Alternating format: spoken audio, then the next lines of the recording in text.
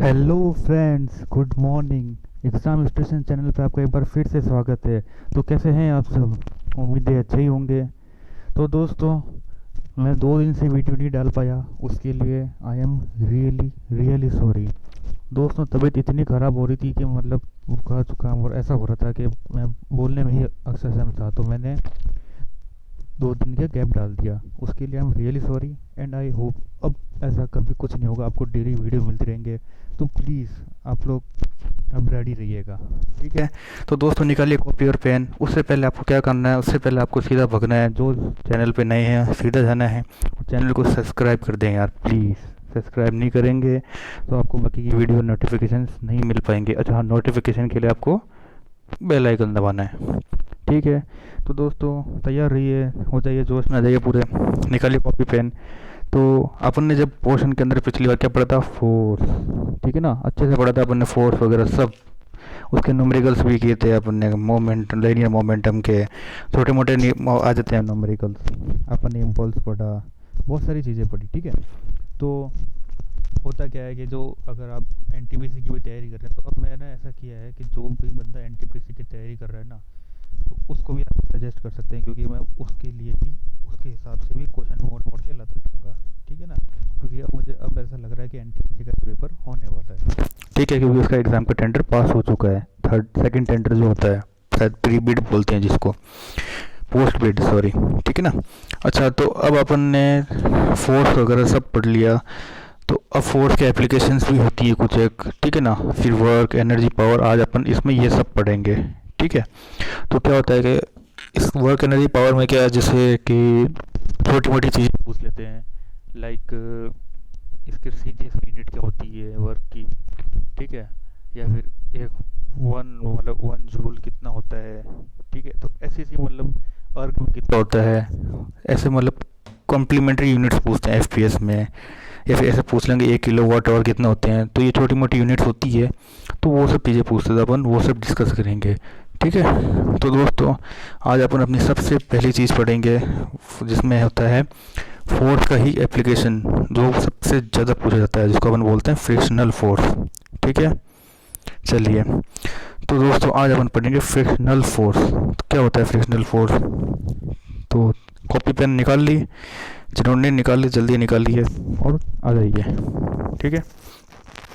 तो सबसे पहले बात करते हैं अपन फ्रिक्शनल फोर्स। तो फ्रिक्शनल फोर्स क्या होता है, तब बात करें। Frictional force refer to a force generated by two surface that contact and slide against each other. माने क्या कहना चाहता है कि कोई भी दो सरफेस है, मैं कहता हूँ ये दो सरफेस है, कोई दो ब्लॉक है, ठीक है?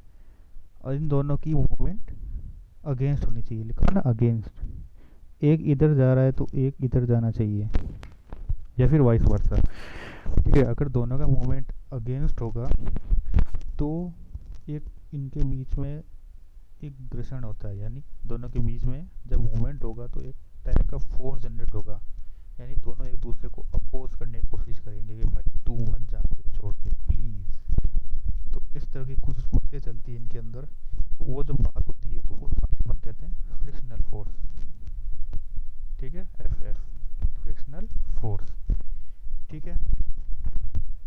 आज वो अच्छे से समझ में आया होगा, ठीक है? और एक्चुअली होता है क्या है, अच्छा मैं बात करूँगा, अगर ये दोनों स्मूथ सरफेस है, बिल्कुल एकदम चिकनी, ठीक है? तो क्या इसके बीच में फ्रिक्शनल फोर्स होगा? नो, इसके बीच में कभी फ्रिक्शनल फोर्स नहीं होगा। तो इसकी कंडीशन क्या होनी चाहिए? इसकी कंडीशन होनी चाहिए कि मतलब दोनों की जो इरेगुलरिटीज़ होनी चाहिए बीच में, ठीक है ना? कि अगर इरेगुलरिटीज़ होगी इनके बीच में तो फ्रिक्शन फोर्स जनरेट होगा। अच्छा, फ्रिक्शन फोर्स कैसे होता है? कि मैंने कहा कि अगर दोनों एक दूसरे के अपोजिट जा रहे हैं तो ही वो फोर्स जनरेट होगा। अच्छा, अपोजिट माने कैसे? कि जिसकी अपन ने बात कर ली कि एक इधर जा रहा है और एक इधर जा रहा है। अच्छा, ये अपोजिट हो रही है, इसका मतलब क्या हो रहा है? अच्छा, ज़मीन की बात करें तो क्या ज़मीन भी एक दूसरे के अपोजिट जाती है क्या? नो। तो उस केस में क्या होगा? तो उस केस में ऐसा होगा कि जो ज़मीन जो है वो तो स्टेबल है, लेकिन जो बॉक्स है वो तो मूव कर रहा है ना।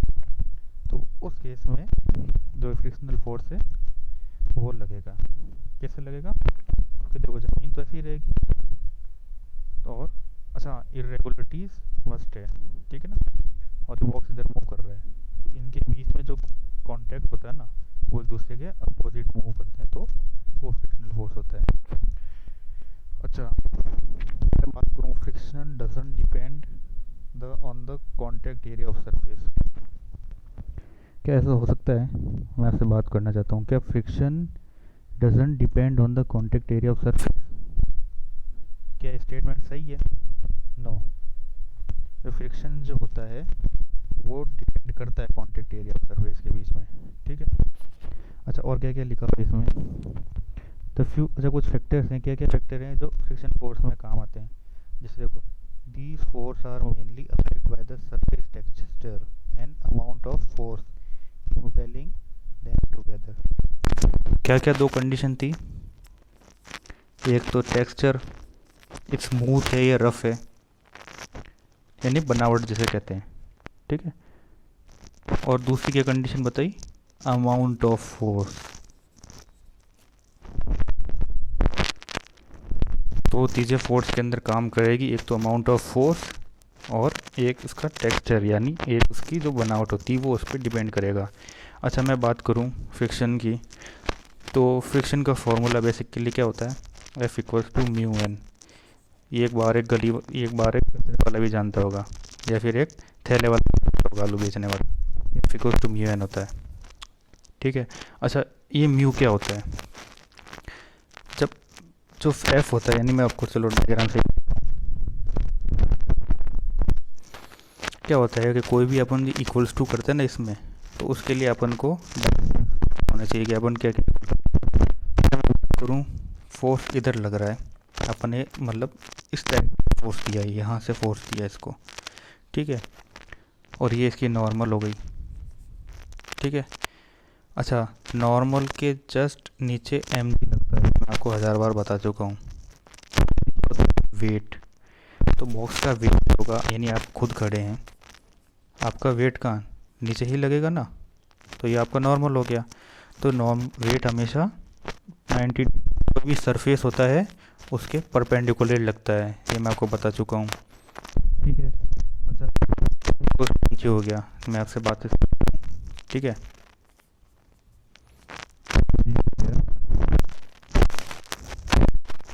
तो इसमें ये क्या हो गया, ये फ्रिक्शन फोर्स हो गया, यानी देखो मैंने क्या बताया था कि अपोजिट डायरेक्शन में लगता है एक दूसरे के, यानी यहाँ पर अगर फोर्स होगा, ठीक है, तो इसके अपोजिट डायरेक्शन में फ्रिक्शनल फोर्स लगेगा, ठीक है। तो F इक्वल्स टू क्या होता है, force equals to m mass into acceleration. तो इस फोर्स के अपोजिट क्या है, फ्रिक्शन फोर्स है, और m क्या है, इसको m भी मान सकते हैं, ठीक है, m friction force is proportional to ये m है, एम जी भी लिख सकते हैं ना, ग्रेविटी भी है, यानी एम जी लिख लो एक बार, चलो ठीक है। तो उसके लिए आता है म्यू, ये म्यू आता है, ठीक है, म्यू और एम जी। तो ये इसकी पूरी कहानी है फोर्स की। अच्छा, म्यू एम जी होता है, तो ये म्यू जो है क्या इसकी कोई होगी, नहीं होगी, क्योंकि देखो ये फिर फोर्स है, ठीक है, और ये भी एक यानी फोर्स का कंपोनेंट है, और ये भी फोर्स का कंपोनेंट है, तो ये म्यू एक डायमेंशनलेस क्वांटिटी है। और ये क्वेश्चन पूछा गया है किसमें, ये क्वेश्चन क्वेश्चन नहीं है, 2000 मॉर्निंग क्वेश्चन नहीं है। जो म्यू होता है, यानी जो फ्रिक्शन कोफिशिएंट होता है, क्या वो उसकी क्या होती है, और दोस्तों उसमें इतनी मस्त होती है और बहुत से लोग गलत करके आए, ठीक है ना। और ये मैं क्वेश्चन, तो म्यू जो क्या होता है, ये एक यूनिटलेस क्वांटिटी होती है, ठीक है ना। अच्छा, चलें आगे, ये अपन ने फ्रिक्शन के बारे में अच्छे से बात कर ली। अच्छा, एक और क्या लाइनें लिखी हुई है, the angle and position of the object affect the amount of frictional force, यानी एंगल और जो पोजीशन होती है किसी ऑब्जेक्ट की, वो फ्रिक्शनल फोर्स को। जैसे आइए करते हैं एनालाइज, मैंने यहाँ से धक्का दिया तो फ्रिक्शन फोर्स अलग लगा, से धक्का दिया, फोर्स अलग लगा, यानी यहाँ से भी मैं फोर्स दे रहा हूँ। फोर्स डायरेक्शन में फ्रिक्शनल फोर्स लगेगा ना, यानी मैंने फोर्स यहाँ दिया तो फ्रिक्शन फोर्स एफ एस यहाँ लगेगा। तो जब मैंने यहाँ फोर्स दिया तो इसका रेजोल्यूशन होगा, ये सब जानते हैं आप, ठीक है ना। मैंने यहाँ से इसको फोर्स दिया तो इसका रेजोल्यूशन आप निकालेंगे, तो इसके साथ में अगर मान लो ये थीटा हुआ तो ये होगा कॉस थीटा और ये होगा एफ साइन थीटा, ठीक है। ये सब जानते हैं थीटा के साथ में हमेशा कॉस आता है। तो मतलब ये है कि जो ऑब्जेक्ट की पोजीशन होती है वो अमाउंट ऑफ फ्रिक्शन फोर्स पे डिपेंड करती है, यानी इसका फ्रिक्शन फोर्स अलग होगा और इसका फ्रिक्शन फोर्स अलग होगा, ठीक है ना। तो ये अब न्यूमेरिकल सॉल्व करते हैं तब काम आता है, लेकिन ये न्यूमेरिकल अपने काम नहीं आता, ठीक है ना। हमने बेसिक बात करी फ्रिक्शन फोर्स की।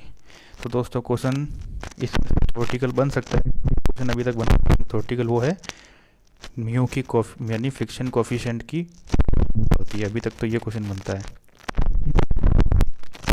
चलो अब मैं आपको एक ग्राफ बना के दिखाता हूँ यहाँ पे, फ्रिक्शन फोर्स और जो फोर्स बना उसके बीच में, यानी ये तो हो गया फ्रिक्शन फोर्स, अच्छा, और ये हो गया एक्सटर्नल फोर्स। अच्छा मैं आपको एक चीज़ और बताता हूँ, जो ये फ्रिक्शन फोर्स जो होता है ना, इसमें दो तरह के फोर्स होते हैं, ठीक है। एक मिनट वापस लिखता हूँ, फ्रिक्शन फोर्स जो होता है ये इसमें दो तरह के फोर्स होते हैं। एक तो होता है जो स्टैटिक फ्रिक्शन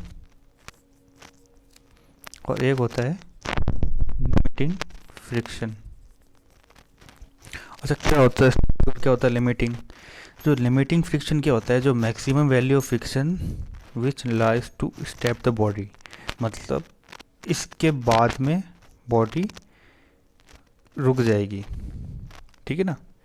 मतलब एक इतना फ्रिक्शन होता है कि मान लो कि मैंने बात कर दी कि भाई यहाँ पर एक बॉडी चल रही है, ठीक है ना, यानी लिमिटिंग फ्रिक्शन बोलते हैं, यानी इसको ऐसा बोलते हैं कि जैसे मान लो ये बॉडी है, ठीक है, ये फोर्स अगर 10 न्यूटन मैंने दिया, ठीक है ना, तो ये बॉडी की मैक्सिमम वैल्यू है, लिमिटिंग फ्रिक्शन की मैक्सिमम वैल्यू है। अगर मैंने 10.1 कर दिया तो ये बॉक्स मूव कर जाएगा, ठीक है ना। इसके बाद इसका फ्रिक्शन का अमाउंट कम हो जाएगा, तो ये होता है इसकी लिमिटिंग फ्रिक्शन, ठीक है। और बात करें अपन, एक फ्रिक्शन भी होता है, फ्रिक्शन भी बोलते हैं, मतलब उसमें क्या होता है, when external force is more than friction force object start moving. तो फ्रिक्शन में क्या होता है कि जैसे मान लो कि कोई भी है, लिमिटिंग फ्रिक्शन के बाद क्या आ जाएगा, काइनेटिक फ्रिक्शन। जैसे लिमिटिंग फ्रिक्शन मैंने आपको क्या बताया कि ऐसी मैक्सिमम वैल्यू जिसके बाद में बॉडी मूव करना चालू कर दे, यानी कि भाई 10 न्यूटन है तो 10 न्यूटन उसकी लिमिटिंग फ्रिक्शन की वैल्यू होगी, उसके बाद बॉडी मूव कर जाएगी, ठीक है ना। तो 10.1, अच्छा तो 10.1 जो होगा वो क्या होगा, वो होगा इसका kinetic friction, sorry kinetic friction, यानी इसके बाद बॉडी मूव करने लग जाएगी, ठीक है ना। अच्छा मैं और भी चीज़ें बताता हूँ कुछ आपको, मैं ग्राफ बता रहा था, ठीक है ना। जैसे ये आपको मैंने बताया फ्रिक्शनल फोर्स, अच्छा, और ये हो गया अपना नॉर्मल फोर्स, ठीक है। पहले फोर्स बढ़ता जा रहा था, फोर्स बढ़ता जा रहा था, ठीक है, मतलब फ्रिक्शन फोर्स बढ़ता जा रहा है। उसके बाद क्या हुआ, एक लिमिटिंग वैल्यू आई, उसके बाद क्या हुआ, एक मतलब उस लिमिटिंग वैल्यू के बाद में हल्का सा बॉडी मूव किया और वो बॉडी चलने लग गया, ठीक है ना। तो मतलब एक झटके से चलता है ना एकदम से, तो वैसे वो एकदम से बॉडी मूव किया और चलने लग गया। तो ये वैसे ग्राफ कुछ काम का नहीं है, मैं आपको बस समझाने के लिए बता रहा था। अच्छा एक क्वेश्चन आ जाता है कभी कभी, ऑर्डर बताइए फ्रिक्शन का, ठीक है ना, ऑर्डर ऑफ फ्रिक्शन। माफ़ करना है पेन थोड़ा अभी नशे में, कोशिश करते हैं कि अगली बार आपके लिए पेन भी अच्छा लेके आएँ। तो आप जल्दी से ज़्यादा शेयर करेंगे तो हमारे पास भी पेन जल्दी से जल्दी आएगा, तो प्लीज़ इसको शेयर जल्दी से जल्दी कीजिए, ठीक है। अच्छा मैं बताऊँ आपको ऑर्डर ऑफ फ्रिक्शन बता, तो सबसे ज़्यादा जो होगा, जो नॉर्मली जो फिक्स मतलब सबसे ज़्यादा जो ऑर्डर होगा फ्रिक्शन कोफिशिएंट, यानी सबसे ज़्यादा रोकने की क्षमता किसकी होगी, जो नॉर्मल खड़ा है कोई ऑब्जेक्ट, ठीक है। उसके बाद होगी स्टैटिक फ्रिक्शन, ठीक है। उसके बाद आ जाएगा काइनेटिक फ्रिक्शन।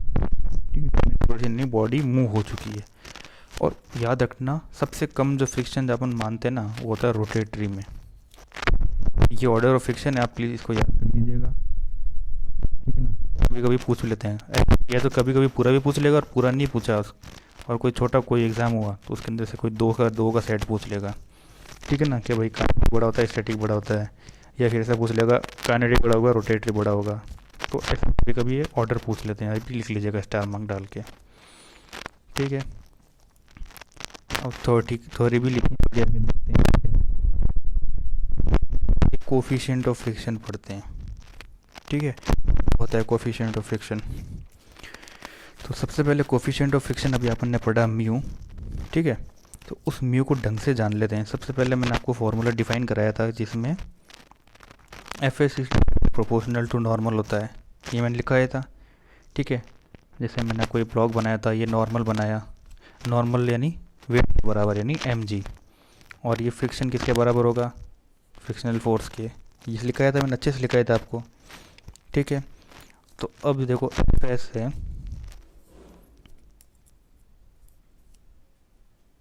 तो ये एफ एस जो होगा, तो एफ एस किसके बराबर होगा, ये होगा आपके म्यू, और यानी म्यू एन की जगह आप क्या लिखेंगे, एम जी लिखेंगे, यानी एन जो था इसकी जगह आप नीचे क्या लिखेंगे, एम जी लिखेंगे ना, ठीक है ना। तो उसके बाद आपने क्या किया, ये म्यू इक्वल्स टू क्या हो जाएगा, एफ एस अपॉन एन होगा, ठीक है। तो ये क्या होगा, ये यानी यूनिट लेस हो गया, ये समझ गए आप भाई। कोई भी फोर्स की जो यूनिट होती है वो क्या होती है, न्यूटन होती है, और नीचे नॉर्मल है, यानी ये भी क्या होगा ना एम जी है, यानी ये भी क्या होगा न्यूटन नहीं होगा, एम जी भी, तो न्यूटन न्यूटन कैंसिल, यानी यूनिटलेस क्वांटिटी हो गई पहली बात तो, ठीक है। तो ये अपन ने फ्रिक्शनल कोफिशिएंट के बारे में आपको थ्योरेटिकली पढ़ लिया, मतलब डेरिवेशन जो आता है, ठीक है। आपको मैंने दो चीज़ बताई थी कि भाई कोई भी जो फ्रिक्शन फोर्स होगा वो दो चीज़ पे डिपेंड करेगा, एक तो एंगल ऑफ फ्रिक्शन पे और एक उसकी टेक्सचर पे, ठीक है। तो पहले बार कोफिशिएंट ऑफ फ्रिक्शन अगर आपके हो तो मैं डेफिनेशन पढ़ देता हूँ। Ratio of the friction force resist the motion of two surface in contact to the normal force pressing the two surface together. क्या कहना चाहता है कि मतलब कोई भी रेशियो होता है, ratio of frictional force upon resisting the motion of two surface in contact to the normal force, यानी friction upon normal equals to mu. ये पहली बात तो इसने डेफिनेशन कह दी, ये लाइन कह दी। अच्छा, उसके बाद ने क्या लिखा, it is usually symbolised by the Greek letter mu, यानी इसको हम म्यू नाम से जानते हैं। अच्छा, mathematically mu equals to F by N, friction force या फिर एफ एस से भी डिनोट कर सकते हैं, ठीक है। और क्या लिखा हुआ है, where F is frictional force and N is the normal force. Simple बात समझ में आ गई आपको। अब इसके अंदर क्या, अब इसके अंदर तो एक ही क्वेश्चन बनेगा कोफिशिएंट फ्रिक्शन से, वो डायमेंशन वाला बनेगा, ठीक है। अब अपन सबसे इम्पोर्टेंट क्वेश्चन आता है ये एंगल ऑफ फ्रिक्शन, ठीक है। एंगल ऑफ फ्रिक्शन क्या कहता है। अच्छा, एंगल ऑफ फ्रिक्शन के लिए आपको क्या करना पड़ेगा, जैसे देखो ये नीचे लिखा हुआ है, ये बॉक्स बना हुआ है, ये बॉक्स बना हुआ पूरा, इस बॉक्स के अंदर इसने क्या किया, ये नॉर्मल लग गया और ये नॉर्मल के नीचे लग गया। अच्छा, ये क्या बता रहा है कि ये फोर्स जो है, मैंने फोर्स लगाया कोई, यानी मैंने धक्का इसको इस में दिया, ठीक है, और इसके अपोजिट में ही फ्रिक्शन फोर्स लगेगा, तो ये लग गया फ्रिक्शन फोर्स, देखो ये एफ लिखा हुआ है ये, ठीक है ना। तो ये फ्रिक्शन फोर्स लग गया, कोई दिक्कत नहीं है। अब अपन एक काम करते हैं, इसको इधर के इसको रिजोल्यूशन डालते हैं, यानी अगर ये फ्रिक्शन फोर्स इधर लगा और ये नॉर्मल यहाँ लगा, तो एक इधर की साइड एक एंगल, इस एंगल पे आप फोर्स डालता हूँ मैं, ठीक है। तो इससे अपन को क्या होगा, बताइए, आप ही बताइए। यानी मैं अगर इस में डालता हूँ तो मैं इसका रिजोल्यूशन डालूंगा। मैंने आपको क्या बोला कि कोई भी 90 डिग्री के अलावा कहीं पे भी जाएगा ना, तो उसके अंदर आपको रिजोल्यूशन डालना पड़ेगा, ठीक है। अच्छा, रिजोल्यूशन डाल दिया मैंने, ठीक है। ये देखो ये एंगल बना रहा है, लैम्बडा बना रहा है, या फिर मैं इसको थीटा मान लेता हूँ, ठीक है। तो क्या होगा, इसको अपन जैसे इसको आपने क्या लिखा तो इसको मैं से मान लूँ F cos square theta, theta के साथ मतलब जो थीटा के साथ में कोई भी जो रिजोल्यूशन आएगा उसको ऐसे तो लिखते हैं एफ कॉस स्क्वायर थीटा, और ये क्या हो जाएगा एफ साइन स्क्वायर थीटा। ये चीज़ लिख लिया अपन ने। अच्छा अब क्या लिखना है अपन को, अब इसको अंदर क्या होगा आपको मैंने बताया था ना, हमेशा इसको बैक करना होता है। कैसे, ये देखो, यानी ये जो होगा फ्रिक्शन फोर्स, अब देखो ये एफ एफ था किसके बराबर हो गया, साइन स्क्वायर थीटा के बराबर हो गया। लिख लिया F S equals to F sine square theta. अच्छा ये नॉर्मल किसके बराबर हो गया, एफ कॉस स्क्वायर थीटा के, नॉर्मल बराबर हो गया एफ कॉस स्क्वायर थीटा के। तो अब अपन को इसे दो चीज़ें मिलेगी, एक तो आपको इसको एंगल ऑफ फ्रिक्शन मिल जाएगा। कैसे मिलेगा, मैं कहाँ लिखूँ इसको, चलो कोशिश करता हूँ। जब आप इन चीज़ों को डिवाइड करेंगे, कैसे, ये इक्वेशन जैसे मान लो इक्वेशन 1 हो गई और इक्वेशन 2 हो गई, ठीक है ना। तो जब आप इक्वेशन 2/1 करेंगे तब आपको एक चीज़ मिलेगी, यानी 2 क्या हो गया, नहीं आपको शायद इक्वेशन 1/2 करनी पड़ेगी, ठीक है। तो इक्वेशन 1/2 करेंगे आप, तो देखो F S equals to F sine square theta, और क्या हो जाएगा N equals to F cos square theta. तो देखो ये एफ से एफ तो कट गया और ये बन गया म्यू। मैं आपको वापस पूरा मेथड वापस कर रहा हूँ डेफिनेशन प्लीज़। क्या बचा अपने पास, देखो पहले इक्वेशन क्या है, इक्वेशन लिख देता हूँ, F S equals to F, क्या बचा, F S equals to F cos square theta बचा ना, साइन थीटा सॉरी, ठीक है। और ये क्या बचा, अपने बचा normal equals to F cos theta, ठीक है। ये इक्वेशन 1 और इक्वेशन 2, इन दोनों को जब आप डिवाइड कर देंगे तो ये तो बन गया म्यू, और ये एक्स एफ कट गया और ये बन गया टेन थीटा। अच्छा जब थीटा इक्वल्स टू अब क्या आएगा, theta equals to tan inverse mu, ठीक है ना। तो ये जो थीटा होता है ये कभी कभी एक क्वेश्चन छोटा सा एग्जाम में पूछ लेते हैं कि भैया ये आपको एक छोटा सा स्ट्रक्चर दे दिया, बता दिया, फटाफट बता दिए, तो ये क्या 1 मिनट का क्वेश्चन होता है। तो आधे बच्चे क्या होते हैं जो कंफ्यूज हो जाते हैं कि मैं क्या करूँ, फिर उनको टाइम की वैल्यू नहीं याद होती, किसी को फार्मूला याद नहीं होता तो क्लिक नहीं हो पाता। तो ये क्या है कि सब चीज़ें याद करने की होती है, ठीक है ना। अच्छा इसमें से ये तो आपने एंगल ऑफ क्या बोलते हैं एंगल ऑफ फ्रिक्शन निकाल दिया आपने कि भाई ये अगर इस एंगल पे अगर फ्रिक्शन जाएगा तो क्या वैल्यू देगा मेरे को, थीटा मतलब किस एंगल पे दूँ कि जिसमें मुझे फ्रिक्शन मैक्सिमम मिले, ठीक है ना। तो एक तो ये चीज़। अच्छा अब क्या होता है कि कभी कभी इनके पे वैसे क्वेश्चन तो आता नहीं है, तो उस वरना इस पे एंगल ऑफ रिपोज का क्वेश्चन पूछ लेते हैं। तो आपने पढ़ा भी होगा एंगल ऑफ रिपोज क्या होता है, मैं आपको बता देता हूँ। ये होता है ना, जैसे ये थीटा की बात कर रहे हैं, ये वाला थीटा इक्वल्स टू 30 डिग्री, तो इसको अपन बोलते हैं एंगल ऑफ रिपोज,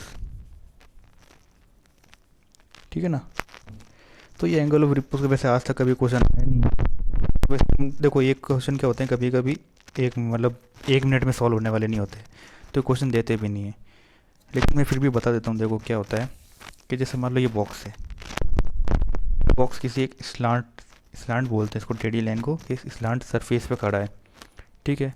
अच्छा आपको हमेशा पता है कि जो नॉर्म मतलब जो वेट होता है वो हमेशा 90 डिग्री ऑफ सरफेस होता है।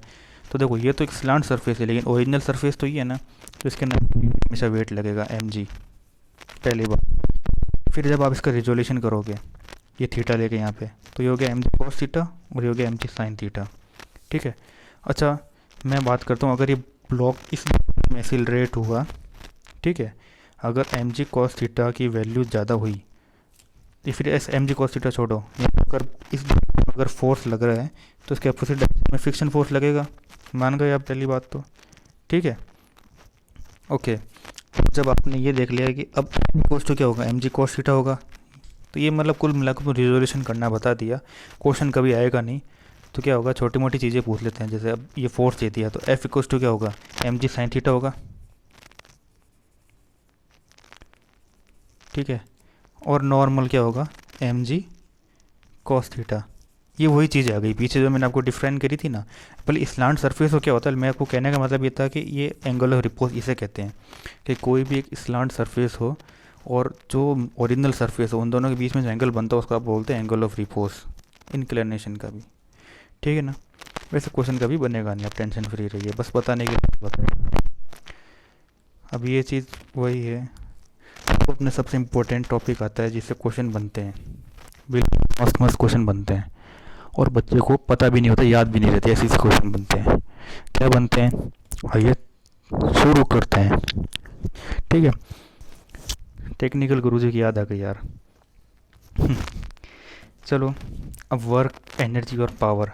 अब आधे लोगों को क्या दिक्कत आती है, आधे लोगों को दिक्कत आती है कि उनको पता ही नहीं होता कि एनर्जी और पावर में डिफरेंस क्या होता है। ठीक है, चलो बताते हैं आपको। देखिए, सबसे पहले अगर मैं बात करूं एनर्जी की, एनर्जी को अपन हिंदी में बोलते हैं ताकत।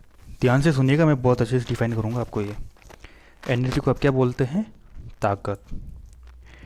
तो जिसको ये जो यूनिट होती है उसको आप बोलते हैं जूल। ठीक है, जूल बोलते हैं।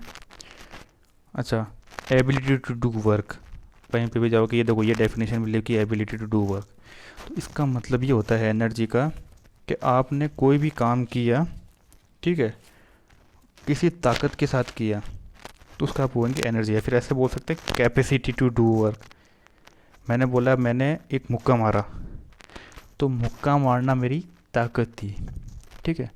अच्छा, उस मुक्के को मारने के अंदर जो एनर्जी खर्च हुई उसको आप बोलेंगे पावर। समझे डिफरेंस को, आया ना मज़ा। चलिए वापस पढ़ते हैं एक और एक बेस्ट एग्जांपल के साथ। मैंने एक बहुत तेज़ स्पीड से भागता आया और एक बॉल फेंकी। ठीक है, तो बॉल को मैंने जिस स्पीड से फेंका वो तो हो गई मेरी एनर्जी, ताकत। ठीक है, और जो एनर्जी मेरे अंदर से लॉस हुई उसको मैंने बोला पावर। आया समझ में, अब अच्छे से समझ में आएगा दोस्तों, बस थोड़ा चीज़ों को रिलेट करते चलिएगा। अच्छा, मैं बात करूं, when a body is doing work its energy loses and at work, मतलब and at which work is done its energy increases. कहने का मतलब है कि कोई भी बॉडी अगर कोई काम करती है तो उसकी एनर्जी लूज होती है। यानी मैंने कोई काम किया तो मेरी एनर्जी लूज़ हुई, वो एनर्जी चेंज किस में हुई, पावर के फॉर्म में। ठीक है, and at which work is done its energy increases, और जिसके ऊपर काम हुआ उसकी एनर्जी इंक्रीज हो गई। भाई बॉल की बात कर रहा हूँ मैं, फिर से ध्यान से सुनिएगा। मैंने बात करी बॉल की, मेरे अंदर एनर्जी थी, मैंने बॉल को बहुत तेज़ी से हाथ से छोड़ा, तो एनर्जी मेरे अंदर से जाके किस में आ गई, बॉल में आ गई। समझिएगा अच्छे से, मेरे अंदर से एनर्जी गई बॉल के अंदर। ठीक है, तो मेरे अंदर से जो एनर्जी ट्रांसफ़र हुई तो उसके अंदर तो एनर्जी चली गई, लेकिन जो मेरे अंदर से लॉस हुआ उसको मैंने बोल दिया पावर, यानी रेट ऑफ डूइंग वर्क। यानी the rate of doing work energy is transfer. Perfectly समझ। तो ये डिफरेंस होता है एनर्जी और पावर के बीच में। तो कोई भी पावर होती है उसका बोलते हैं वॉट। अच्छा, आधे लोग बोलेंगे कि सर क्या इलेक्ट्रिक सिस्टम में भी पावर होती है, उसका मतलब ही वही होता है क्या। पावर का फॉर्मूला क्या होता है, P equals to I square R, P equals to V square by R, P equals to work done upon time.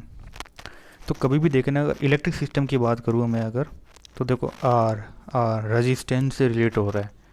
ठीक है ना, तो मतलब क्या होता है, रेजिस्टेंस क्या करता है, पावर लॉस करता है हमेशा, कभी पावर स्टोर नहीं करता। ठीक है ना, तो इसमें भी देखो हमेशा क्या होता है, मतलब सिस्टम के साथ में होता है। तो पावर लॉस तो इलेक्ट्रिक सिस्टम में भी वही होता है, पावर ट्रांसफ़र हो जाती है, बस वही होता है, लॉस होके हीट फॉर्म में ट्रांसफ़र हो गई है। समझ गए ना। तो वही होता है, पावर एक तरह का घाटा होता है। जो पबजी खेलते हैं उनको पता होगा खर्चा क्या होता है, पावर एक तरह का खर्चा है। ठीक है ना, और एनर्जी होती है जो उस खर्चे को देती है, यानी जो हमको खर्चा देती है, और पावर जो होता है खर्चा हो गया। बस ये समझिएगा, ठीक है ना। आई थिंक इससे अच्छा कोई नहीं समझा पाएगा आपको पावर और एनर्जी के बीच का डिफरेंस। ठीक है, एनर्जी क्या होती है, एनर्जी एक स्केलर क्वांटिटी होती है ना। ठीक है ना, तो एनर्जी क्या होती है, एनर्जी एक स्केलर क्वांटिटी होती है, उसकी जो यूनिट होती है ना वो हमें सेम ऐसे वर्क होती है, ठीक है ना। लेकिन अभी आधे लोग बोलेंगे वर्क तो क्या होता है, वर्क भी स्केलर क्वांटिटी ही होती है, आपको सबको पता है, मैंने आपको अच्छे से बता रखा है। वर्क इक्वल्स टू क्या होता है, फोर्स इनटू डिस्प्लेसमेंट होता है ना। देखो ये भी वेक्टर और ये भी वेक्टर, तो दो भी वेक्टर मिला के क्या होता है, एक स्केलर हो जाता है ना। तो वर्क एक स्केलर क्वांटिटी, ये पहचानना आना चाहिए आपको। वर्क स्केलर है तो एनर्जी भी स्केलर है। कहीं लिखा होगा, कहीं नहीं लिखा हुआ तो कोई बात नहीं, आप लिख लो। तो एनर्जी एक स्केलर क्वांटिटी है, ठीक है, यहाँ लिख लीजिएगा स्केलर। अच्छा एनर्जी दो, अच्छा एनर्जी में क्या होता है, दो टाइप की एनर्जी होती है, एक तो होती है काइनेटिक एनर्जी एंड एक होती है पोटेंशियल एनर्जी, ठीक है। तो व्हाट इज़ काइनेटिक एनर्जी और व्हाट इज़ पोटेंशियल एनर्जी। तो काइनेटिक एनर्जी वो होती है जो एनर्जी ड्यू टू मोशन, यानी ये होती है ड्यू टू मोशन, और ये होती है ड्यू टू रेस्ट। ध्यान से सुनिएगा, इसके अंदर भी ऐसा डिफरेंस बताऊंगा ज़िंदगी भर नहीं भूल पाओगे। एक ग्राफ से समझाता हूँ आपको मैं, हो सकता है कि जगह दी हो, नहीं दी हुई कोई बात नहीं। देखो यहाँ समझा ही देता हूँ आपको। ये मैंने एक डब्बा बनाया, ध्यान से सुनिएगा, ज़िंदगी में नहीं भूल पाओगे। इस डब्बे को आप बोलेंगे, ये जो ऊपर वाली लाइन है उसको, या फिर इसको ऐसा बोल सकते हैं टोटल एनर्जी। यहाँ पर मैक्सिमम एनर्जी है, ठीक है ना, और यहाँ पे मिनिमम एनर्जी है। तो मैंने क्या बोला कि कोई भी चीज़ अगर मोशन करती है तो वो होती है काइनेटिक एनर्जी, ठीक है ना। तो कोई भी यहाँ पर जैसे मान लो 0 है और यहाँ पर 10 है, तो मैंने क्या बोला कि काइनेटिक एनर्जी मतलब धीरे धीरे धीरे धीरे मोशन इंक्रीज़ कर दी गई, इंक्रीज़ कर दी गई, इंक्रीज़ कर दी गई, एक मैक्सिमम पॉइंट आया और उसके बाद ये वापस धीरे धीरे धीरे धीरे धीरे धीरे धीरे धीरे डिक्रीज़ होती गई। तो मैंने क्या बोला कि ये जो ग्राफ है ये किसका होगा, काइनेटिक एनर्जी का, कि जो 0 से चालू हुई किसी मैक्सिमम यानी 10 पे पहुंची और धीरे धीरे वापस डिक्रीज़ हो गई। अच्छा फिर मैं आप कहेंगे पोटेंशियल एनर्जी क्या होती है। तो पोटेंशियल एनर्जी रेस्ट से होती है, मतलब कि कोई भी चीज़ किसी मैक्सिमम एनर्जी से चालू होती है, ठीक है ना, वो धीरे धीरे धीरे धीरे धीरे धीरे धीरे धीरे कम होती है और वो एक पॉइंट पे आके 0 हो जाती है, और 0 होने के बाद में उसमें धीरे धीरे वापस काइनेटिक एनर्जी आ जाने लग जाती है। तो पोटेंशियल एनर्जी का बेस्ट एग्जांपल होता है स्प्रिंग। स्प्रिंग को देखना, आप स्प्रिंग को देखना, पहले आप स्प्रिंग को क्या करते हैं, प्रेस करते रहते हैं, प्रेस करते रहते हैं, प्रेस करते रहते हैं, तो वो तो होगी काइनेटिक एनर्जी, ठीक है। लेकिन एक पॉइंट पे आके स्प्रिंग जो होती है वो मैक्सिमम, इससे ज़्यादा स्प्रिंग नहीं दबेगी, तो उसमें पोटेंशियल एनर्जी मैक्सिमम है, समझ रहे हैं ना। तो पोटेंशियल एनर्जी उस पर मैक्सिमम है, यहाँ पे स्प्रिंग की पोटेंशियल एनर्जी मैक्सिमम, इससे ज़्यादा नहीं दबेगी। लेकिन जैसे ही आप देखते हो उसको, जैसे आप इसको छोड़ते हो तो धीरे धीरे धीरे उसमें पोटेंशियल एनर्जी का लॉस आने लग जाता है। मतलब क्या बोला मैंने, पोटेंशियल एनर्जी का मतलब क्या होता है, जो रेस्ट होगी तब मैक्सिमम होगी, तो जब वापस छोड़ते हो तो वापस वो स्प्रिंग वापस एक्सपेंड होती है, तो उसका मतलब उसमें काइनेटिक एनर्जी इंक्रीज होने लग गई। तो ये बेसिक डिफरेंस होता है काइनेटिक एनर्जी और पोटेंशियल एनर्जी में डिफरेंस। अच्छा और क्या क्या पूछते हैं इसमें, वर्क। चलो पहले काइनेटिक एनर्जी का फॉर्मूला तो पता होगा, हाफ ऑफ mv² होता है, ठीक है ना। अच्छा law of conversation of energy क्या होता है, तो energy can neither be created not destroy, it can change is one form to another form. ये बार सब तुम्हें ही पता है, किसको पता होगा ये तो चौथी क्लास के बच्चे को ही पता होगा आजकल तो। अच्छा ग्रेविटेशनल पोटेंशियल एनर्जी के बारे में बता दिया, यानी ये देखो पोटेंशियल एनर्जी का फॉर्मूला क्या होता है, mgh बोला, mgh नहीं हो ये mgh अलग है। तो इसमें क्या होता है, मैं चलो आपको समझाता हूँ, आज मज़ा आने वाला है, ध्यान से सुनिएगा, जिसके कंसेप्ट वीक हो वो आज मज़ा आ जाएगा उसको। तो ये हाइट हो गया, ठीक है। अब इस हाइट को मैंने क्या किया ये डॉप बॉक्स है, इस बॉक्स को मैंने एक बहुत ऊपर हाइट पे ले गया, ठीक है। तो अभी हाइट पे लेके मेरे हाथ में है, तो मतलब इसके अंदर क्या पोटेंशियल एनर्जी क्या मैक्सिमम होगी, होगी ना, यस होगी। तो जब मैंने इसको छोड़ा इस हाइट से, ये नीचे आया, किसके इम्पैक्ट में आया, ये किसके इम्पैक्ट में आया, ग्रेविटी के, आया ना ग्रेविटी के इम्पैक्ट में। तो जब ये नीचे आया और इसने एक हाइट कवर की, ठीक है ना, किसी मास ने ग्रेविटी के इम्पैक्ट में आके कोई हाइट को कवर किया फ्रॉम जीरो एनर्जी, यानी कि जब कुछ किसी के हाथ में है वो, तो कोई मतलब कोई डिस्प्लेसमेंट तो नहीं हो रहा ना, कोई मतलब वो आ रहा, तो इसमें एनर्जी, पोटेंशियल एनर्जी कौन सी मैक्सिमम है। तो ये फॉर्मूला होता है पोटेंशियल एनर्जी, ठीक है ना। तो ये है इसका, तो पोटेंशियल एनर्जी का फॉर्मूला क्या होगा, mgh, का, और काइनेटिक एनर्जी का क्या होगा, हाफ ऑफ mv², ठीक है ना। तो ये तो चीज़ें हो गई। अच्छा, वर्क के बारे में बात करते हैं अब, काम। तो वर्क को मैं आपको 1000 बार बता चुका हूँ भैया, फोर्स इनटू डिस्प्लेसमेंट होता है, ठीक है ना। ये फोर्स इनटू डिस्प्लेसमेंट होता है, और या फिर आप जिसको किसी एंगल से लेंगे, ये एंगल से ले लिया और यहाँ पर फोर्स लग गया, तो ये जो थीटा होगा तो इसके साथ में क्या होगा, एफ कॉस थीटा हो जाएगा। तो डब्ल्यू इक्वल्स टू क्या होता है, F D S cos theta, simple. अच्छा, अब क्या होता है कभी कभी इसमें से क्वेश्चन क्या आता है कि जो वैसे रिलेशन कोई पूछता तो है नहीं, लेकिन वर्क एनर्जी थ्योरम का एक आपको, तो मैं आपको डेरिवेशन करा देता हूँ छोटा सा, ठीक है। लेकिन क्वेश्चन किस में आता है, मोमेंटम में और काइनेटिक एनर्जी के रिलेशन में क्वेश्चन आता है। ये आपने सब ने पढ़ा होगा, जो पी जो होता है √2 के होता है, यानी मैक्सिमम काइनेटिक एनर्जी का क्वेश्चन, यानी इनमें से एक क्वेश्चन आता है, ठीक है ना। चलो बताते हैं आपको। उससे पहले आपको बता दूँ, पावर क्या लिखा है, रेट ऑफ डूइंग वर्क, खर्चा बता चुका हूँ मैं आपको, वर्क डन अपॉन टाइम, ठीक है ना। तो वर्क डन का फॉर्मूला क्या होता है, फोर्स इनटू डिस्प्लेसमेंट, ठीक है ना, ds, और टाइम यानी dt। अच्छा, तो ये तो हो गया फोर्स, और ds/dt change in displacement upon time, velocity. ये फार्मूला, ये छोटे मोटे ऐसे ही कन्वर्ट करके फार्मूले पूछते हैं, जो आधों को तो पता ही नहीं होता है कैसे निकालना है, ठीक है ना। तो इस तरह के छोटे मोटे फार्मूले होते हैं। अब यार वो क्या बोल रहे हैं, कंपटीशन वाले हैं यार, ऐसे ही कर देते हैं, ठीक है ना। तो आपको बस थोड़ा माइंड को खोल के रखना होता है जिस टाइम क्वेश्चन आते हैं, ठीक है ना। तो चलें आगे, अपन ये वर्क के बारे में अच्छे से पढ़ लेते हैं। काम, तो काम क्या होता है, झाड़ू पोछे करना, नो वो काम नहीं होता। काम होता है कि जिस, अच्छा मैं आपको बात करूं, आप एक ही जगह खड़े खड़े झाड़ू निकाल रहे हैं, एक ही जगह खड़े खड़े झाड़ू निकाल रहे हैं, तो क्या आपने काम किया, नो।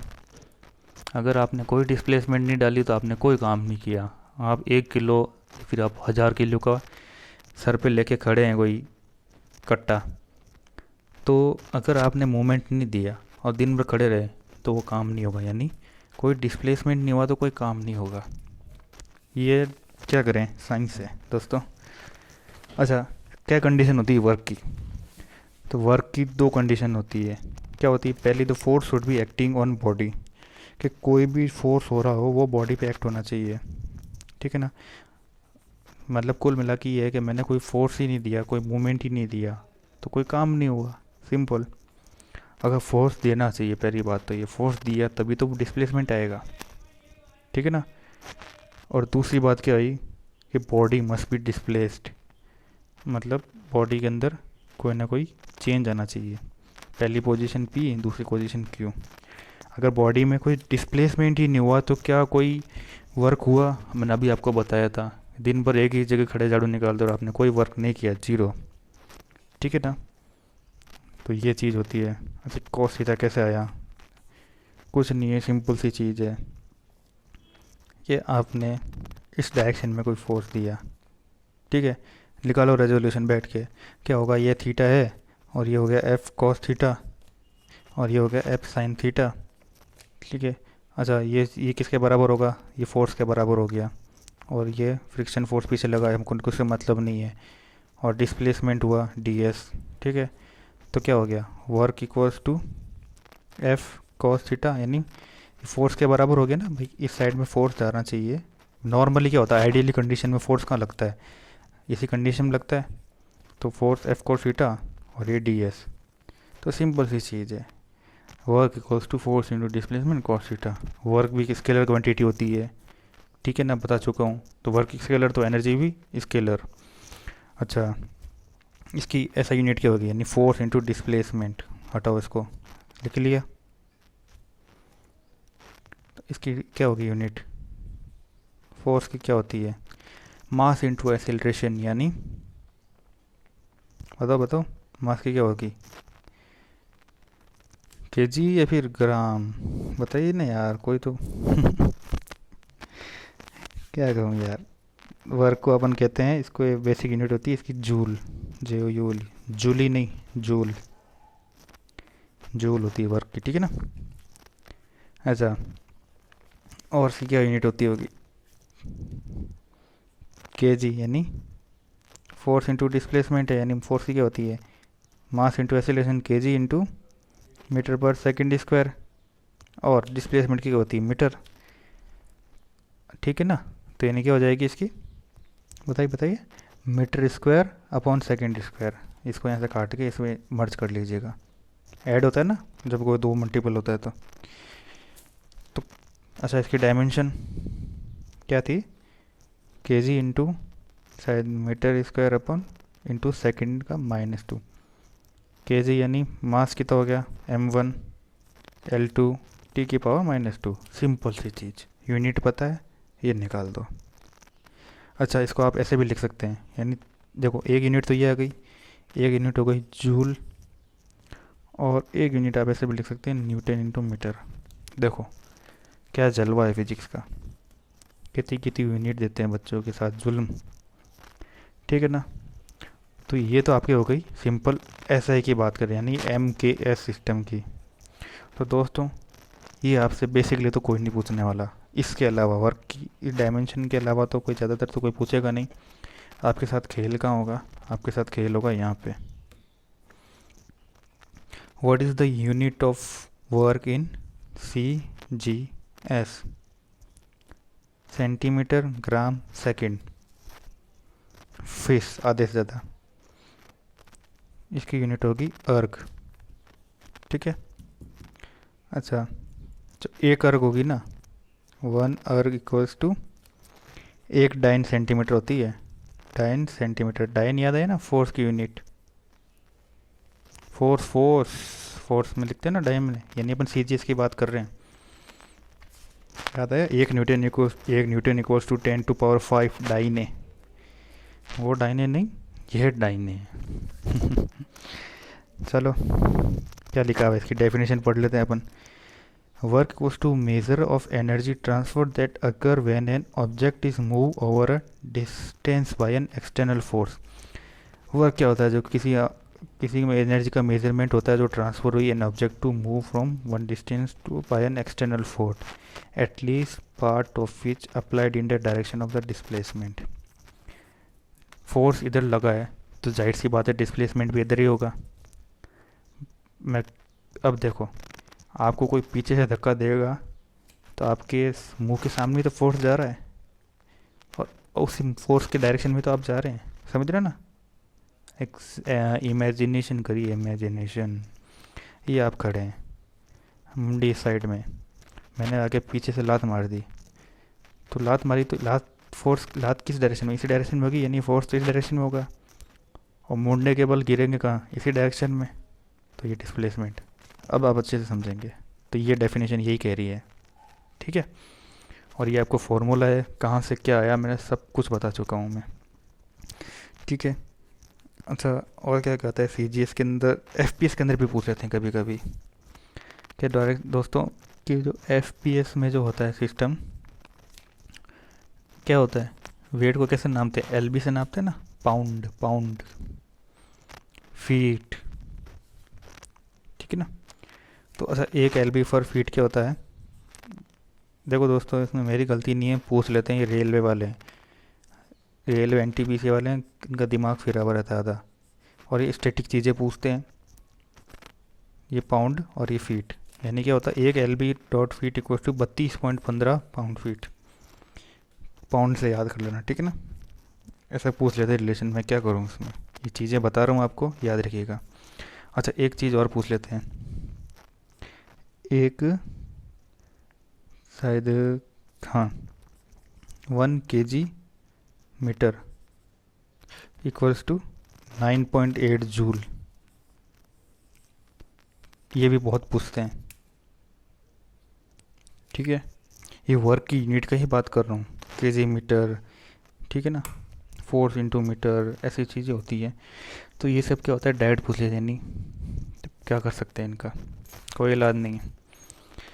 तो ये याद रख लेगा। एक तो ये बहुत चीज़ें हैं, एक तो ये वाली चीज़ थी, और आपको एक ये वाली चीज़ याद रखनी है बेसिकली। तो एक जूल इक्वल टू क्या होता है, 10⁻7 अर्ग। ये CGS का सिस्टम है और ये जूल के अंदर है, मतलब पूछ लेते हैं क्या कर सकते हैं। तो आप ये दो चीज़ें तो बहुत याद रखिएगा, ये दो चीज़ें याद रखनी चाहिए, ये आएंगे। और रेलवे यार मैं बताता हूँ आपको, एक पेपर बताता हूँ। देखो एक साइट है qmaths.com, ठीक है ना। तो आपको उन पर अभी जितने भी ALP, ठीक है ना, और RRB JEE, इसके सारे पेपर, सारे बैच के, मॉर्निंग शिफ्ट के, जितने भी शिफ्ट के पेपर हैं वो आपको qmaths.com पे मिल जाएंगे। आप वहाँ जाके सॉल्व करिए। मैं कह रहा हूँ कोई भी बंदा हो, कोई भी किसी भी बंदे की तैयारी कर रहा हो, लेकिन ये देखो फिजिक्स कभी चेंज नहीं होने वाली, ना आपके लिए, ना मेरे लिए, ना उन एग्ज़ामिनर के लिए। लेकिन ये है कि जो पूछने का जो तरीका होता है ना, और जो ये NTPC की जो तैयारी कर रहे हैं वो तो ये क्यू मैथ से पेपर सॉल्व कर लेना, 40 ज़्यादा नहीं तो 40% पेपर तो डायरेक्ट वहीं से ही उठ के आएगा। पुराना पेपर है, रेलवे की आदत है मुँह मारने की, तो पुराना पेपर ही देगा आपको, ठीक है ना। तो 40% पेपर तो रिपीट ही होगा, तो आप वो चीज़ें याद कर लीजिएगा। ये मेरा स्पेशल है रिकमेंडेशन। अब बाकी करो ना करो वो आपके ऊपर है, क्योंकि मैं क्वेश्चन भी साथ में लेके चलता हूँ, ठीक है ना। तो आप ये अच्छे से पढ़ लीजिएगा। तो वर्क की अपन बात कर ली। अच्छा, एक कैलोरी की भी यूनिट होती है। तो मैंने आपको बताया 1 kg मीटर में होता है 9.8 जूल। तो अगर मैं 1 कैलोरी की बात करूँ, कहते हैं ना 1 कैलोरी बर्न हो गई, तो जब 1 कैलोरी बर्न होती है ना, तो 4.2 जूल ऑफ एनर्जी बर्न होती है, ठीक है ना। याद रख लेना एक ये। अच्छा, कभी कभी एक ये भी पूछ लेते हैं, 1 किलोवाट आवर होता है, उसमें कितनी एनर्जी होती है, 3.6 इंटू 10⁻6 जूल, ठीक है ना। ये आप याद रख लें। ये 2-3 चीज़ें हैं, देखो यूनिट होती है, ऐसे पूछ लेते हैं तो अभी डायरेक्ट चीज़ें लिखने वाली यूनिट होती है। किलोवाट आवर यानी ये पावर की यूनिट पूछ रहा है, सॉरी वर्क की ही यूनिट पूछ रहा है। यानी पावर का फॉर्मूला होता है वर्क डन अपॉन टाइम, सबको पता है। तो देखो पावर को इसने कैसे लिखा, किलोवाट में, और टाइम इधर लिख दिया, और ये वर्क डन। तो वर्क डन की यूनिट आ गई आपके किलोवाट आवर में। तो 3.6 इंटू 10⁻6 जूल। ये कैसे आया मैंने आपको ये भी बता दिया। अच्छा, आप सब ने बोला, अपन ने बोला कि भैया वर्क तो स्केलर यूनिट है, तो क्या वर्क ओनली हमेशा पॉजिटिव ही रहेगा? नहीं, गलत है। वर्क पॉजिटिव भी होगा, वर्क जीरो भी होगा, और वर्क नेगेटिव भी होगा। वर्क पॉजिटिव कैसे? अगर देखो जो फोर्स और डिस्प्लेसमेंट अगर दोनों सेम डायरेक्शन में है तो वर्क पॉजिटिव होगा, यानी जो थीटा जो होगा वो लेस देन 90 होगा, यानी पॉजिटिव होगा। अच्छा देखो cos 90 हमेशा जीरो होता है, सबको पता है, ठीक है ना। अच्छा देखो अगर थीटा लेस देन, देखो दोनों अपोजिट डायरेक्शन में होंगे तो थीटा नेगेटिव में होगा, मतलब लेस देन 90 होगा, यानी पॉजिटिव होगा। अरे दोस्तों cos 90 cos 0 1 होता है और cos 90 0 होता है, तो समझ जाना इस चीज़ को, ठीक है ना। ये सब लिख लिया, पहले आपको अच्छे से समझाता हूँ, मुझे पता है आधे को तो बाउंस हो रहा होगा। अच्छा, वर्क पॉजिटिव की कंडीशन है कि जिसमें FNS सेम डायरेक्शन में, ठीक है, दोनों सेम डायरेक्शन में होंगे तो देखो क्या होगा, दोनों सेम डायरेक्शन में तो कॉस भी कैसा होगा, पॉजिटिव। कॉस पॉजिटिव होगा क्योंकि देखो लेस देन 90 डिग्री होता है, लेस देन 90 डिग्री का होता है कॉस में, पॉजिटिव ही होगा, ठीक है। अच्छा, जब FNS इन अपोजिट अच्छा पहले क्या मैंने क्या बोला, सेम डायरेक्शन ही बोला ना, हाँ ठीक है, सेम डायरेक्शन में हो तो। अच्छा, वर्क नेगेटिव कब होगा, जब फोर्स और डिस्प्लेसमेंट अपोजिट डायरेक्शन में। तो ये कैसे पॉसिबल है? पॉसिबल है, एक्सेलरेशन और वेलोसिटी याद है, जब ब्रेक मारते हैं गाड़ी में तो उसी तरह से। तो क्या होता है कि ब्रेक, गाड़ी के एक्सेलरेशन की वजह से फोर्स तो आगे जा रहा होता है, लेकिन नहीं सॉरी डिस्प्लेसमेंट तो आगे हो रहा होता है, लेकिन ब्रेक की वजह से फोर्स पीछे की ओर लग रहा होता है। तो उस डायरेक्शन में जो फोर्स होगा वो नेगेटिव होगा, यानी ऐसे मान लो 90 और 180 के बीच में, 90 और 180 के बीच में फोर्स कॉस नेगेटिव होता है, याद आया? ये 90 और ये 180, इसके बीच में कॉस कैसा है, नेगेटिव है ना। बस चलो, कहीं हमको समझ में आया होगा। अच्छा, वर्क जीरो कब होगा? वर्क जीरो होगा जब कॉस 90 होगा। सिंपल सी चीज़, कॉस 90 मतलब जो फोर्स और डिस्प्लेसमेंट है वो एक दूसरे के परपेंडिकुलर हो। कैसे? Work done by gravitational force is negative and body thrown in upward direction. यानी और ऐसे मान लो कि मैंने बॉडी अपवर्ड डायरेक्शन में भेजी, ठीक है ना, फोर्स इधर जा रहा है और बॉडी ऊपर जा रही है, तो कैसे होगा? तो फोर्स 90 होगा। कॉस 90 क्या होता है? जीरो। ठीक है ना, समझ गए ना, वर्क डन जीरो भी होता है। तो ये सब चीज़ें मैं आपको समझाने के लिए कर रही है, ठीक है। अब अपन बात करेंगे आगे एनर्जी के अंदर। तो ये ग्राफ मैं आपको अच्छे से समझा चुका हूँ काइनेटिक एनर्जी का। ये देखो, ये तो हो गया आपका ग्राफ पोटेंशियल एनर्जी का हो जाएगा, और ये नीचे वाला हो जाएगा ये काइनेटिक एनर्जी का हो जाएगा। और ये ग्राफ मेरे जेई में भी पूछता है, पता है आपको? ये जेई में भी पूछा हुआ क्वेश्चन है, और बहुत मस्त है ये कंसेप्ट कभी किसी का गलत नहीं होता अगर किसी ने ये समझ लिया तो, ठीक है। तो एनर्जी की डेफिनेशन क्या दे रखी है? The capacity for doing work, it may exist in potential, kinetic, thermal, electrical, chemical, nuclear, मतलब कुल मिला के एनर्जी हर चीज़ में एग्जिस्ट करती है, मतलब वही है energy can nether B created not destroy, बस वही वो लाइन लिखेगा अभी लॉ ऑफ कन्वर्जेशन में। और अदर वेरियस फॉर्म, तो there are more ever heat and work, that is energy in process in transfer from one body to another. ये देख लो कि एनर्जी हमेशा ट्रांसफ़र होती है, कभी भी क्रिएट नहीं की जा सकती, कभी भी डिस्ट्रॉय नहीं की जा सकती। हीट के अंदर कैसे? मैंने करंट भेजा और रजिस्टेंस के अंदर से करंट निकला, तो इसने हीट के फॉर्म में करंट को डिसिपेट कर दिया, पावर को। ये हीट के अंदर एनर्जी चेंज हो गई, मतलब एनर्जी तार के अंदर से एनवायरनमेंट के अंदर आ गई हीट के फॉर्म में। तो एक तो ये चीज़ हो गई। ये फिर ये इसका जैसे हीटर की बात कर लो, हीटर में भी क्या होता है? बहुत हाई रजिस्टेंस होता है, रजिस्टेंस बहुत हाई होता है हीटर में। तो उससे क्या होता है, जो करंट उसके अंदर से निकलता है बहुत हैवी करंट, तो उससे क्या होता है, जो एनवायरनमेंट के अंदर काफ़ी हीट प्रोड्यूस करता है। ये एग्जांपल हो गया। तो एनर्जी के बारे में अपन ज़्यादा क्या ही पढ़ें, तो वही कैपेसिटी ऑफ डूइंग वर्क वगैरह बता चुका हूँ आपको मैं, ठीक है। तो इसके बारे में आगे क्या है, ये पावर के बारे में लिख दिया। तो आपको एनर्जी के अंदर एक वो relation between momentum and kinetic energy का वो पढ़ा देता हूँ आपको, वो कभी कभी पूछ लेता है न्यूमेरिकल। काइनेटिक एनर्जी लिखा हुआ है, हाँ ये रहा। तो ये देखो, there are relation between momentum और काइनेटिक एनर्जी के बीच में क्या होता है, कभी कभी न्यूमेरिकल आता है। कैसा न्यूमेरिकल? सीधा फार्मूला बेस है, कोई दिक्कत नहीं है, लेकिन वो न्यूमेरिकल दे देते हैं कभी कभी। आधों को तो क्या फार्मूला क्लिक ही नहीं होता।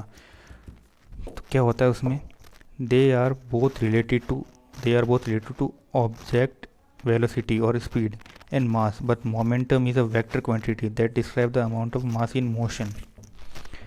क्या कह रहा है कि they are both related to an object's velocity, कि दोनों क्या होता है, ऑब्जेक्ट की वेलोसिटी डिपेंड करता है। देखो, मोमेंटम का फॉर्मूला क्या होता है, मास इंटू वेलोसिटी, और काइनेटिक एनर्जी का फॉर्मूला क्या होता है, हाफ ऑफ mv²। तो दोनों वेलोसिटी पे डिपेंड करते हैं, मास पे भी डिपेंड करते हैं, वेलोसिटी एंड मास। बस momentum is a vector quantity. देखो, एनर्जी कैसी होती है, स्केलर होती है, और मोमेंटम होती है वेक्टर क्वांटिटी होती है, that describe the amount of mass in motion. तो ये क्या होता है, मास को डिस्क्राइब करने के काम आता है, ठीक है ना। मोशन के अंदर देखो क्या होता है, बाकी फार्मूले लगाते हैं ना, कुछ फार्मूले होते हैं मास के लिए, force equals to mass into acceleration. तो वो एक्सेलरेशन होता है किसी पर्टिकुलर टाइम के लिए लगाते हैं, लेकिन ये किसी मोशन के अंदर, आप जब ऑब्जेक्ट मोशन में यानी काइनेटिक एनर्जी के अंदर है, मोशन में यानी काइनेटिक एनर्जी में, और उसके अंदर आप मास पता करना चाहते हो, तो उसके लिए आप क्या लगाते हो, फिर ये फॉर्मूला लगाते हो, उसमें काम आता है। तो kinetic energy can be measure of an object, क्या लिखा है, kinetic energy is a measure of an object energy from motion and it's scalar. तो काइनेटिक एनर्जी स्केलर क्वांटिटी होती है और मोशन में काम आती है, ठीक है ना। बस इतना सही कहना चाहता है कुल मिला के। चलो आपको डेरिवेशन बताते हैं आपको मस्त सा। इसके अलावा मैं थोड़ा साइड में करके दिखाता हूँ आपको ताकि समझ में आए। तो मैंने आपको बताया पी इक्वल्स टू क्या होता है, एम वी होता है, ठीक है ना। और काइनेटिक एनर्जी क्या होता है, half of M V square होता है, ठीक है। मैं अगर ऊपर नीचे अगर मास से मल्टीप्लाई करूं, किसी को कोई समस्या? मेरे को तो नहीं समस्या, जिसको समस्या है कमेंट बॉक्स में बता देना, ठीक है। जिसको अगर मास से मल्टीप्लाई कर दूं तो ये क्या हो जाएगा, कि इक्वल्स टू हाफ ऑफ, ये हो गया एम और एम क्या हो गया, एम स्क्वायर वी स्क्वायर और अपॉन एम, और ये क्या होता है पी, तो के इक्वल्स टू क्या हो गया, हाफ अपॉन एम और पी स्क्वायर। अब देखना तो पी इक्वल्स टू क्या हो गया, पी स्क्वायर इक्वल्स टू क्या हो गया, के डॉट 2m हो गया। ये इक्वेशन समझ में आई सबको? अब देखना यहाँ पे, तो p इक्वल्स टू क्या हो जाएगा, अंडर रूट ऑफ के dot 2m, kinetic energy maximum dot 2m, समझ गए ना। तो ये फॉर्मूला कभी कभी खेलता है अपने साथ। तो दोस्तों होता क्या है कि जब न्यूमेरिकल आप उनको अटेंड करना है ना, तो आपको क्या करना है, रिलेशन क्या पूछता है, ये तो देखो, ये तो रिलेशन पूछेगा ही आपसे। कैसा रिलेशन, ये जो रिलेशन है ना, ये वाला रिलेशन, ये तो आपसे पूछेगा ही, P equals to under root of 2m into K E, ये तो आपसे पूछेगा ही। लेकिन ये फिर कभी कभी क्या होता है, ये दे देता है ये फॉर्मूला कि भाई काइनेटिक एनर्जी इक्वल्स टू, तब 2-3 एक फार्मूला देगा, उसमें आपको ये निकालना होता है। तो ऐसा प्रोसीजर पता होना चाहिए। ये शायद देखो, हम अरिहंत पब्लिकेशन की बुक है, उसके अंदर देखना आप, ये जो यूज एनडीए की सीटीएस की पढ़ाई करते हैं ना, उसमें देखना ये क्वेश्चन आया हुआ है कि जिसमें ये डायरेक्ट फार्मूला दे रखा है और बता रखा है कि आप बताओ किसका फार्मूला है, या फिर डायरेक्ट रिलेशन पूछ रखा है, ठीक है ना।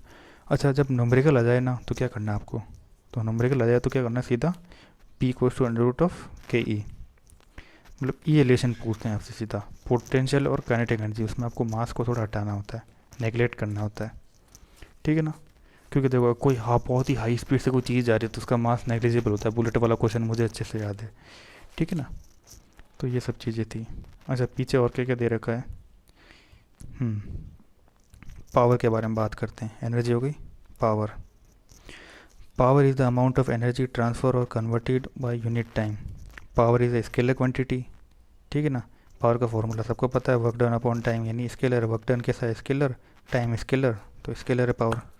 अच्छा, और क्या लिखा हुआ है, the output power of a motor is the product of a torque that the motor generate. अच्छा, मोटर वाली बातें छोड़ो, तो पावर क्या लिख रखी है, वॉट, पावर की ऐसा यूनिट होती है वॉट में, ठीक है ना। और आप कैसे लिख सकते हैं, यानी जूल इंटू सेकेंड, ऐसे भी लिख सकते हैं। खेलते हैं, देखो दोस्तों, ये जूल इंटू सेकेंड भी पूछते हैं, आधों को पता भी नहीं होगा। और क्या होता है, व्हाट इज़ ऐसा यूनिट बेस, ये देखो, पावर इक्वल्स टू, याद है मैंने पीछे लिखा था, फोर्स इंटू वेलोसिटी। तो देखो, फोर्स की देख के जी इंटू मीटर स्क्वायर, देखो K G into metre square upon second का क्यूब। याद करो, मैंने पीछे बताया था, फोर्स इंटू वेलोसिटी की यूनिट। फोर्स क्या होता है, मास इंटू एक्सेलरेशन, तो मास का हो गया के जी, और एक्सेलरेशन क्या हो गया एम अपॉन सेकेंड स्क्वायर, और वेलोसिटी का क्या होता है, मास अपॉन सेकेंड, ठीक है ना। वैसे ही बस उस चीज़ को आप कन्वर्ट करके ये ऐसे यूनिट आ रखी है, बस ये चीज़ें पूछते हैं फोर्स के अंदर, ठीक है। और तो फोर्स में मेरे हिसाब से कुछ पूछेगा नहीं आपसे। ये देखो, और लिखा हुआ है यहाँ पे, the rate at which doing work is force, formula क्या लिखा है, power equals to work done upon time, या फिर जूल इंटू सेकेंड इनवर्स, ये देखो ये लिखा हुआ है। और क्या लिखा है, वॉट में भी लिख सकते हैं, power equals to force into displacement, ये जो अभी पीछे करवाया था फोर्स इंटू डिस्प्लेसमेंट का, power equal to force into velocity, बस ये पावर का फिजिकली है। इलेक्ट्रिकल में जाओगे तो पावर का फॉर्मूला अलग आएगा, ठीक है ना। तो ये पावर के अंदर बस कुछ नहीं करना, ये फॉर्मूला याद रखना, इससे ज़्यादा क्वेश्चन का भी कोई टेढ़ा मेढ़ा कुछ नहीं पूछेगा पावर के अंदर। अच्छा, डॉट प्रोडक्ट और क्रॉस प्रोडक्ट के अंदर बता देता हूँ डिफरेंस आपको। किसी भी दो वेक्टर क्वांटिटी का अगर आप डॉट प्रोडक्ट करेंगे तो वो स्केलर आएगा, पहले पॉइंट। और किसी भी दो वेक्टर क्वांटिटी का क्रॉस प्रोडक्ट करेंगे तो वो वेक्टर आएगा। बस ये थोड़ा बहुत डिफरेंस है, ये बता दिया आपको। बाकी वेक्टर क्वांटिटी और क्वेश्चन का भी कोई आएगा नहीं, ठीक है ना। और क्या होता है, dot product of vector is always scalar, बस इसमें क्या होता है, इसमें कॉस लग जाएगा और इसमें साइन लग जाएगा, साइन। बस ये दो चीज़ें याद रखनी है आपको, हटाओ बाकी इसको, ठीक है। काइनेटिक एनर्जी मैं आपको अच्छे से बता चुका हूँ, half of M V square है, ठीक है। और ऑब्जेक्ट या एम क्या होता है, मास ऑफ ऑब्जेक्ट होता है, और वी वेलोसिटी होती है, कई जूल में, काइनेटिक एनर्जी जो जूल में होती है। अच्छा, काइनेटिक एनर्जी कैसे डिफाइन करेंगे कि कोई भी ऑब्जेक्ट इन वेलोसिटी, कोई भी ऑब्जेक्ट मोशन में कर रही है, मूवमेंट कर रही है, तो उसको आप काइनेटिक एनर्जी कह सकते हो, ठीक है ना। ये बता दिया, ये बता दिया। अब थोड़ा बहुत क्वेश्चन करते हैं, देखो आपका भी टाइम वेस्ट करे बिना। देखो अब मैंने आपको बताया था कि क्वेश्चन कैसा आता है, मोमेंटम और काइनेटिक एनर्जी के अंदर क्या लिखा है, if kinetic energy body increase by 44% what will be the change in momentum. कि काइनेटिक एनर्जी 44% इंक्रीज हो जाती है तो what is change in momentum. तो आप गणित पढ़ रहे हैं कंपटीशन की, तो आपको ये भी पता होगा कि पहली काइनेटिक एनर्जी अगर 100 थी, अब 44% बढ़ रही है, नहीं अब काइनेटिक एनर्जी क्या हो जाएगी, 144 हो गई पहली बात, ठीक है ना। अच्छा, तो पहले पोटेंशियल एनर्जी क्या होती है, क्या था, P equals to under root change in kinetic energy था, तो मैं से निकाल सकता हूँ K1 P1 और P2 K2। तो पहले रूट 100 था, उसके बाद आ गया रूट 144, ठीक है। तो अब कितना हो गया, P1 इक्वल्स टू 10 और ये P2 इक्वल्स टू 12, ठीक है। तो अब देखना, P1 आया 10 और P2 आया 12, डिफरेंस कितने का है, 2 का। तो दोस्तों किस सबको पता होगा आपको इसमें कि जिसमें भी डिफरेंस निकालना होता है, परसेंट निकालना था, कितने परसेंट चेंज आया, तो 2/10, ये 10 इंटू 100 परसेंटेज में चेंज निकालना है। तो इसमें लगभग 20% का चेंज आया, चेंज काइनेटिक मोमेंटम में 20% का चेंज आया है, ठीक है ना। तो इस तरह का कोई बेसिक क्वेश्चन आएगा आपके, ठीक है। एक क्वेश्चन और कर लेते हैं, the momentum of a body is increase by 200%, what will be the change in kinetic energy. कि कोई भी बॉडी का मोमेंटम 200% चेंज हो गया तो उसकी चेंज इन काइनेटिक एनर्जी क्या हो गई, मतलब उल्टा पूछ लिया क्वेश्चन, ध्यान रखना। फॉर्मूला क्या होता है, P equals to under root of K E होता है, के ही होता है ना formula, P equals to under root K E. अब क्या पूछ रहा है, ये पूछने निकालने को बोल रहा है और अपन को ये दे रखा है। तो पहले P1 कितना था, 100 था, 200% चेंज हो गया, यानी कितना हो गया, 300 हो गया। What is change in kinetic energy, ठीक है। देखो K1 इक्वल्स टू, पहले 1 था, 1 का स्क्वायर 1 आ गया। फिर अगर मैं बात करूँ K2 तो इसमें 3 होता है, क्योंकि देखो परसेंटेज में निकाला है ना, तो ये देखो 300 का अगर आप करेंगे तो क्या आएगा, 3 ही आएगा, मतलब उधर की साइड भेज रहे हैं ना आप, तो इसका करेंगे तो क्या आएगा, अंडर रूट लेके, तो ये 3 आ गया। तो 3 का स्क्वायर कितना आ गया, 9। डिफरेंस कितने का आ रहा है, 8 का आ रहा है ना, 9 में से 1 गया 8, तो 8/1 इंटू 100 कितने परसेंट का आया, 800% का। तो ये वैसे आता तो नहीं है, लेकिन ये रेलवे वाले ALP वाले हैं तो उनके लिए क्वेश्चन है, खिलाड़ी लोग होते हैं वो पूछ लेते हैं इसे, ठीक है। तो ये था एंड इस वीडियो का, ठीक है ना। तो धन्यवाद ये सब देखने के लिए, इतना कंटेंट है, और माफ़ी चाहूँगा तबीयत ज़्यादा ख़राब थी इसे नहीं पढ़ा पाया, ठीक है ना। और ये जो डिस्क्रिप्शन है इस वीडियो का मैं आपको दे दूँगा उसमें, तो आप अच्छे से पढ़ लीजिएगा उसमें, और कोई भी डाउट हो तो प्लीज़ कमेंट करके ज़रूर बताइएगा, ठीक है ना। उम्मीद है आपको ये सब अच्छा लगा होगा। Thank you very much.